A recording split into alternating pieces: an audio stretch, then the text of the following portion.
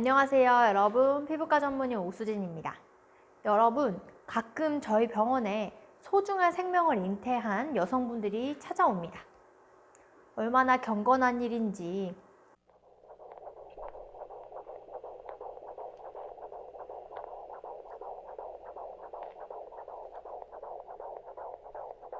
그런데 이렇게 어여쁜 생명체를 잉태했을 때 우리 어머님들은요, 피부염이 생기거나 문제가 생기는 경우에도 약을 먹지를 못해요. 그럴 때 정말 너무너무 마음이 아프더라고요. 우리 어머니들이 얼마나 희생을 하고 있는지 그 아름다운 고생과 수고에 같은 여자로서 참 먹먹해질 때가 많습니다. 여러분, 제 구독자분들 중에 20대, 30대, 40대 젊은 여성분들이 굉장히 많은 것으로 알고 있어요. 여러분들은 임신과 출산에 대해서 어떤 생각을 가지고 계신가요? 임신 그리고 출산은 새로운 생명이 태어나는 경이로움, 그 이상의 가치를 가지고 있는 아주 소중하고 고귀한 일인데, 철이 안 들었는지 아니면 자기 애가 너무 강해서인지 이기적인 마음이 큰 것인지 제 몸에 변화가 생기는 것에 대한 두려움이 정말 큰 것 같아요. 임신과 출산을 경험했던 제 친구들의 이야기를 한번 들어볼까요?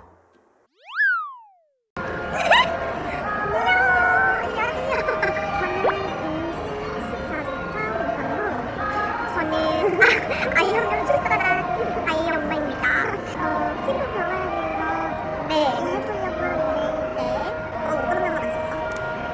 나는 임신했을 때 여기 얼굴에 기미가 많이 이쪽에 기미가 많이 올라왔었지. 그리고 임신하자마자? 아니, 임신하고 나서 이제 한 5개월 때부터 올라오기 시작한 거지. 그리고 피부 이런 데도 원래 건조했었는데 더 아까 전에 그래서 그치? 출산하고 더 진해졌어? 출산하고 나서 더 진해졌지. 이게 안 없어지더라고. 그때는 이게 기미가 처음에는 작기 시작했었는데 이렇게 점점 더 커지면서 이렇게 퍼지더라고. 임신하고 나서 이제 5개월 지나고 나서 그런 변화가 오더라고. 임신했을 때는 이게 처음에 이렇게 조금씩 왔는데 출산하고 나서 이렇게 커지더라고. 얼굴이 피부가 하얘서 근데 나는 피부가 검은 편이잖아. 그래서 기미는 아직까지 안 올라온 건지 기미가 안 올라오는 건지 모르겠는데 나는 기미는 없었는데 이제 약간 가슴 크시 위지 크시 그리고 위지가 빨개지고 치가 튀어나오는 그런 것만 있잖아. 그런 거 화장실에서 샤워하면서 너무 싫은 거야. 그런 거? 난 아직까지는 초기라서 그런지 그런 변화 그냥 아직 못 봤어요. 출산을 아직 하진 않았으니까. 그리고 이제 약간 진짜 되게 건조. 맞아. 진짜 약간 피부 트러블도 있기는 있어. 이런 거는 근데 임신했을 때니까 약도 못 바르고 약도 못 먹지. 맞아. 계속 보습제 하면서 우선 저는 피부과 의사니까 임신 시에 나타나는 피부의 변화를 먼저 살펴볼게요.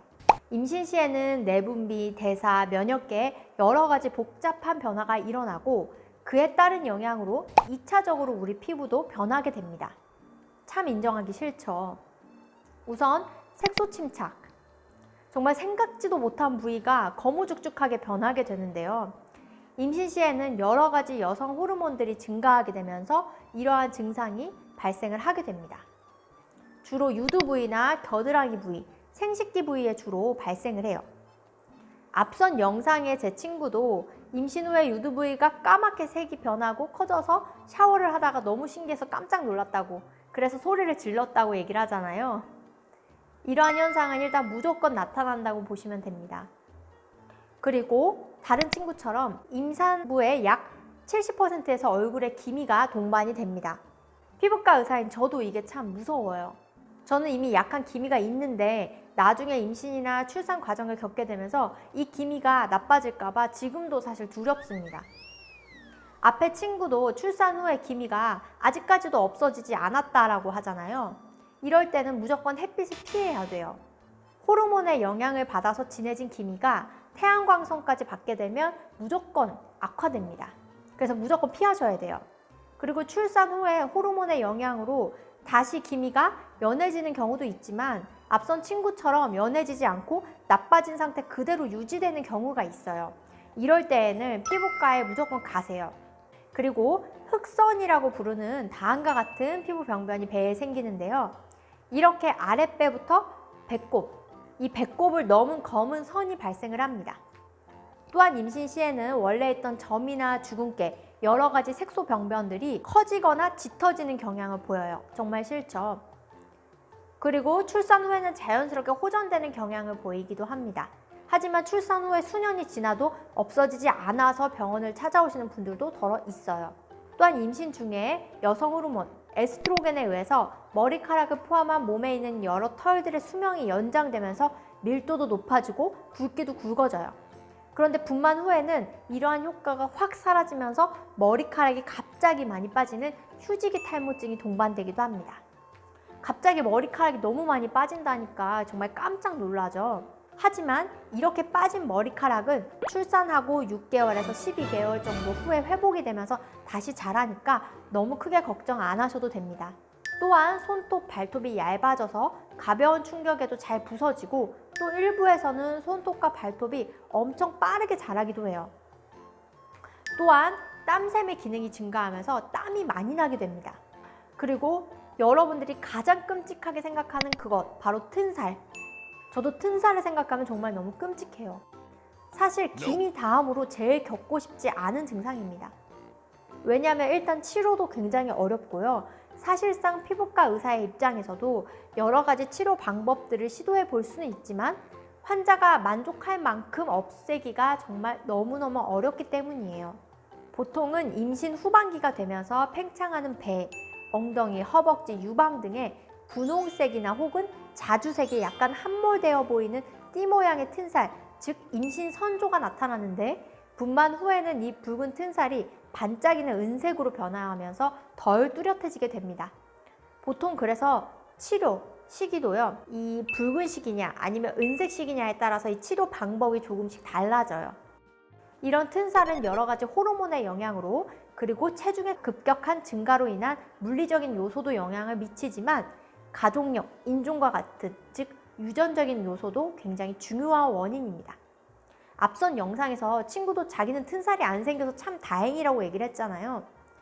어떤 사람은 생기고 어떤 사람은 안 생기고 근데 아마 그 친구의 어머니도 튼살이 안 생겼을 가능성이 커요. 따라서 나는 튼살이 너무너무 두렵다. 나도 생길까? 걱정되시는 분들은요.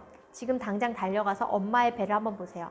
제가 언제 한번 날 잡아서 튼살 크림 과연 도움이 될까에 대해서 심층적으로 분석도 해드리도록 할게요. 또한 이런 게 잘 생기죠. 이런 쥐젖은 임신 후반기부터 주로 목이나 겨드랑이 부위에 나타나서 출산 후에도 계속 지속이 됩니다. 하지만 이런 경우엔 출산 후에 피부과에 오시면 아주 간단하게 제거할 수 있어요. 그리고 임신 중에는 혈관계에 여러 가지 변화가 생기게 되는데요. 손바닥이 빨개지기도 하고 몸의 여러 부위에 혈관이 뭉쳐있는 모양으로 홍반이 생기기도 해요. 이런 혈관계의 변화는 출산 후에 대개 원래대로 돌아옵니다. 이외에도 얼굴이나 팔다리에 부종이 생기죠. 그래서 우리 남편분들이 임신한 아내분들을 위해서 매일매일 마사지를 잘 해주셔야 돼요. 말씀드릴수록 정말 우리 어머님들이 참 대단해요. 어찌되었건 이러한 임신 시에 나타나는 피부의 변화들은 출산 후에 제자리를 찾아가게 되고 남아있는 병변들은 가까운 피부과에 찾아오시면 저희가 도와드리니까 너무 큰 걱정은 하지 마시기 바랍니다. 자, 그러면 오늘은 여기까지 할게요. 안녕.